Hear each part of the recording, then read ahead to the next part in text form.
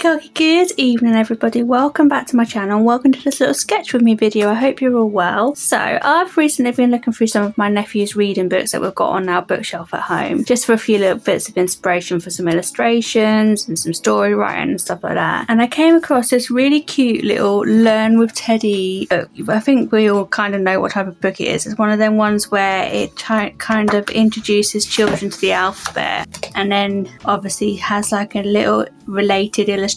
So for the letter D you've got like a dolphin, and then the letter E you've got an elephant. I'm obviously not going to go through all of them. What it's kind of inspired me to do is I really want to do something similar where I basically go through every single letter of the alphabet and then basically try and pick like a few little animals and design some little characters based on the animals beginning with each letter. So for today's video I'm obviously going to start off with the letter A. Now before I started this video I went on to Google and started listing down as many different animals that I could think of beginning with the letter A. I'm obviously not going to sketch out all of them because we'll be here forever, but in this video I think I really particularly want to focus on doing the alligator. I think I'm just going to start how I usually do by sketching out some little alligators and then hopefully we can go from there. So let me find a nice blank page in my sketchbook.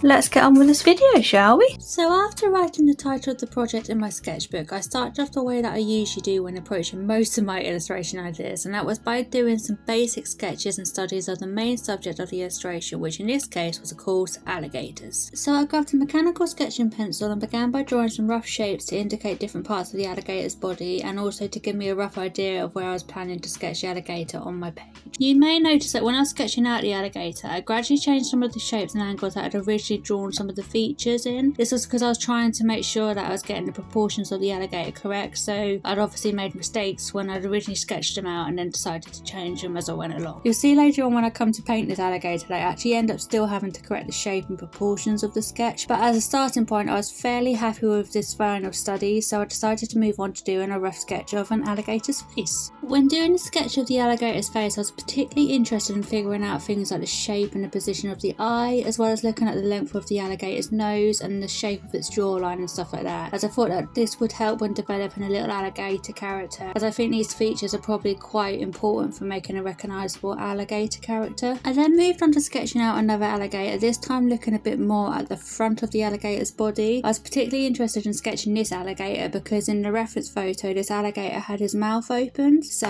I could have a little bit of a better look at the inside of the alligator's mouth, focusing on the position and shape of the teeth and stuff like that. The fourth study that I'd done was more of the back view of an alligator, which I found was very helpful as it allowed me to have a little bit of a better view and understanding of where the alligator's back legs were positioned and also the shape and any details and stuff on the tail. Again, these were things that I found quite helpful when designing the little alligator character that you'll see a bit later on in this video. After spending a bit of time sketching out some studies in my sketchbook, I decided that I wanted to do one more sketch that really allowed me to explore the length of an alligator, so I decided to do a final sketch on a separate piece of A3 paper, which allowed me a little bit more room to work and allowed me to sketch a full profile view of an alligator. Not gonna lie, I probably could have done this in a new spread in my sketchbook, but I don't always like working over the middle of a sketchbook because you end up getting a little bit lost in the fold and it's just a bit of a pain.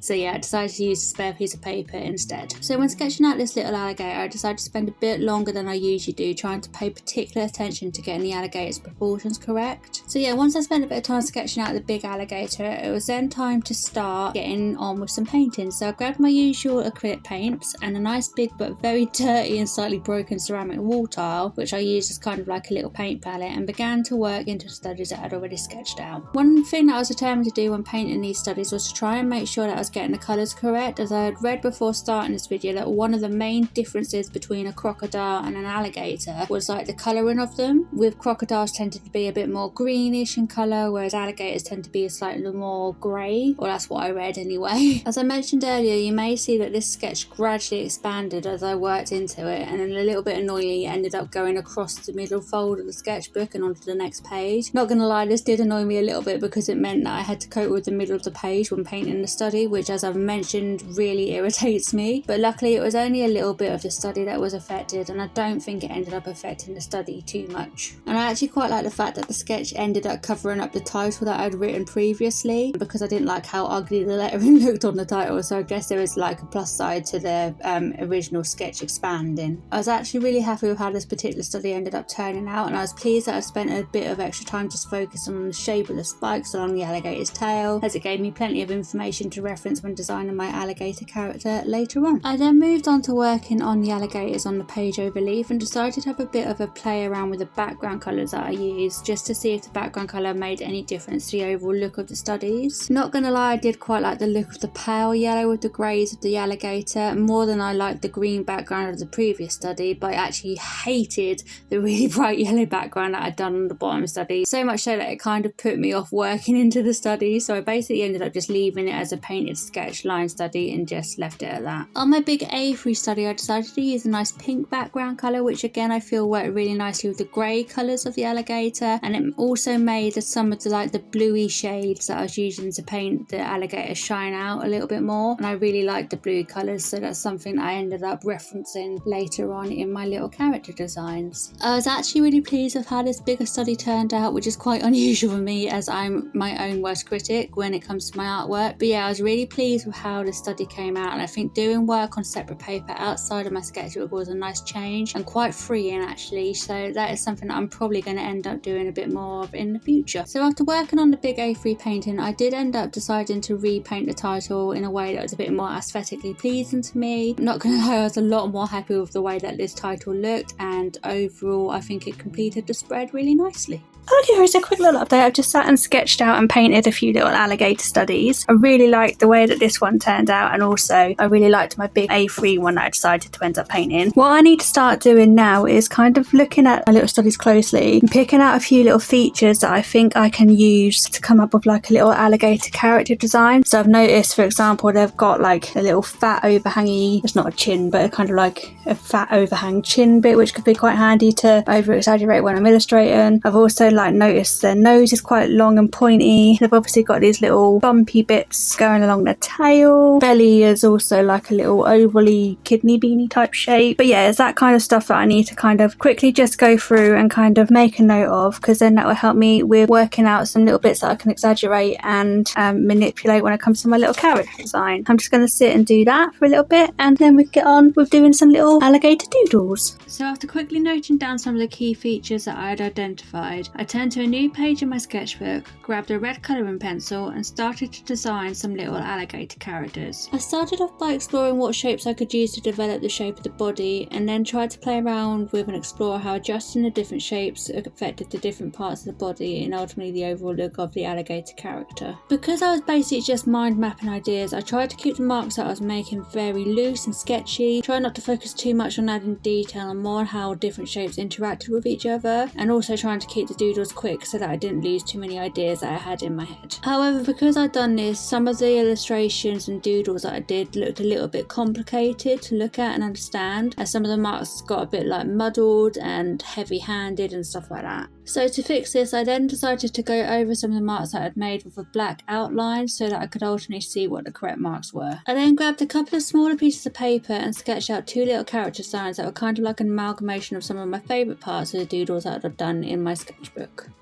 Okay, so quick little update. I basically managed to come up with two little alligator characters. Now in my head, I kind of envisioned this one to be like the dad or the parent, or maybe even like a grandparent, and then this little character here, this little cutie pie, to be like the little schoolboy like alligator on his first day of school type of thing. So what I want to do next is I kind of want to basically develop these characters a little bit more, perhaps give them like a little bit of a backstory. I kind of got like an idea for doing like a little illustration of this little alligator looking a little bit sad because he's all alone on his first day of school because people are a little bit wary of alligators, but then he kind of makes a little capybara friends. And then the other thing I do also want to do as well is kind of do a few little doodles or illustrations of like alligators interacting with the letter A. I think I've started doing it a little bit up here and here, but I want to focus on that a little bit more. But I can't 100% decide whether to make them cartoony illustrations or whether to go down this route with them where they're a bit more realistic. But yeah, I'll figure that out as I go along. So luckily I've sketched these little characters out on some separate pieces of card, so I can like turn to a new page in my sketchbook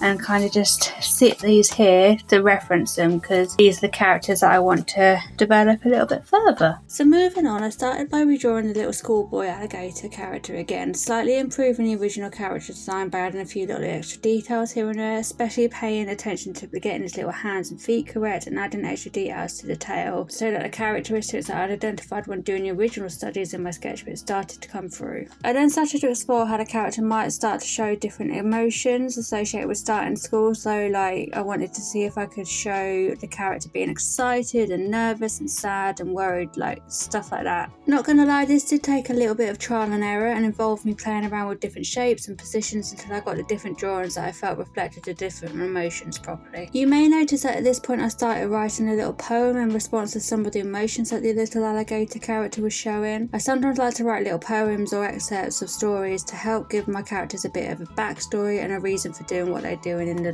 little doodles that I'm doing. At this point the sketches were once again looking a little bit confusing and muddled, so I decided to grab a black fine line Sharpie pen and draw over the character doodles, gradually confirming and correcting some of the marks I'd previously made, and once again adding little extra details to the character design. On the page overleaf I decided to grab a red pencil and sketched out a few more character studies, this time trying to reflect elements of the little poem that I'd started formulating in my head. So I began by doing a little doodle of the character playing football. I then moved on to drawing a little scene where the dad and the child alligator were having a hug before he headed off to the first day of school, and then finally I decided to draw the little child alligator interacting with his newly found capybara friend. You may be wondering at this stage why I chose little capybara as the alligator's friend. This was kind of inspired by some TikToks that I'd been watching recently where there was like little capybaras riding on the backs of alligators and crocodiles and stuff like that, and the capybaras just seemed to be really chilled out and calm around the alligator's presence, so I thought a little capybara fellow would suit the other character in the story quite well. Not gonna lie, I probably at this point should have spent a bit more time developing the capybara character and doing some studies of capybaras, but I just kind of wanted to get the work for this project done, so I just done like a little capybara doodle to save time, but I might develop a little capybara character in the future. And then finally, to complete the spread and add a little bit more colour into the pages, I grabbed a red bottle of acrylic ink and basically coloured in some of the words on the spread, as well as the little red apples that the little characters were holding, plus the red apple tree. Once the spread was completed, I then moved on to working on my idea about having the alligators interacting with the letter A. Not gonna lie, I wasn't 100% sure what route I was going to go down with this, so I basically just grabbed a pencil and started simply sketching down the ideas that I had in my head. I started off sketching really basic, simple ideas and then gradually built up to more complex ones. Some of the ideas seemed to work a lot better than others, and some of them probably had the potential to work better if I had spent a bit more time developing them. When it came to the design where the alligator was holding the letter A in his mouth, I really liked this idea, but I realised that my first sketch looked like a dinosaur character rather than an alligator character. I think it's to do with the size of his legs and his arms, so I basically re-sketched it again, adjusting some of the shapes so that the character looked more like an alligator than a dinosaur.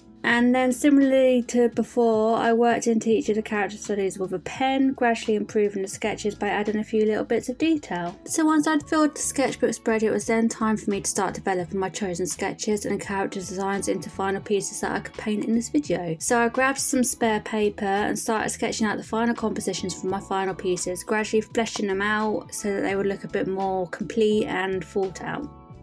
Okay, so quick little update. I've just sat here and done some little thumbnails for my final pieces that I want to do for this little video. So I've ended up with this little idea of a little alligator holding the tight little letter A and also having a capital A in alligator, which I think works quite nice. Then also done another one, similar type of thing, where it's the alligator's holding a big letter A in his mouth. I ran out of room on the actual paper to do the lettering properly for this, but what I'm going to do in a minute is trace all of these onto some proper paper, and then I can like properly draw out the letters better. But I quite like the idea of it and like the energy of it, and yeah, the character behind that one. So I'm looking forward to doing that one as a final piece. And then I also want to do this one as like a little final watercolor piece. You may have noticed that like there's a lot of writing on this little sketchbook page. Basically, I was starting to come up with like a little story for my little character, which I have actually sat and wrote out properly in this little notebook here. And what I've decided to do is basically do a little illustration which sums up like the favourite part of my little story idea, which is like the ending bit. It says, Colin didn't care that Albie was clumsy. He thought it was clever, wonderfully odd and funny. So he picked them both apples from the nearest tree and asked Albie, will you have lunch with me? They sat on a log next to the tree and ate their apples whilst giggling in glee. Albie realised he didn't need to pretend, he could just be who he was and he'd still make friends. So as my like little story excerpt, and I thought I'd do like a little illustration that kind of sums up the last part of my story. So to begin the final illustration process, I began by neatly transferring each of my chosen designs onto a piece of proper art paper, spending time making sure that the drawing was correct and how I wanted them to look like. Not gonna lie, I wish I had decided to take a scan or copy of the drawings at this stage, as I think that they would make really good colouring pages, but that's something that I need to bear in mind and remember to do in the future. And actually, come to think of it, I could still scan and make them into colouring pages just using the final pieces that I painted, so it's not really that big of an issue, but it probably just would have saved a bit of time, to be honest. But anyway, back to what I'm doing in the video. So once they were each sketched out onto the piece of paper, it was basically time to get painting. So for this particular illustration project, I decided that I wanted to practice using my watercolour paints rather than just my usual acrylic paints that I tend to gravitate towards using. So I decided to get out my favourite watercolour paint set and began working into the final pieces. Because I was trying to make these characters appeal to a younger audience, I decided that I really wanted to make them really bright and have a really like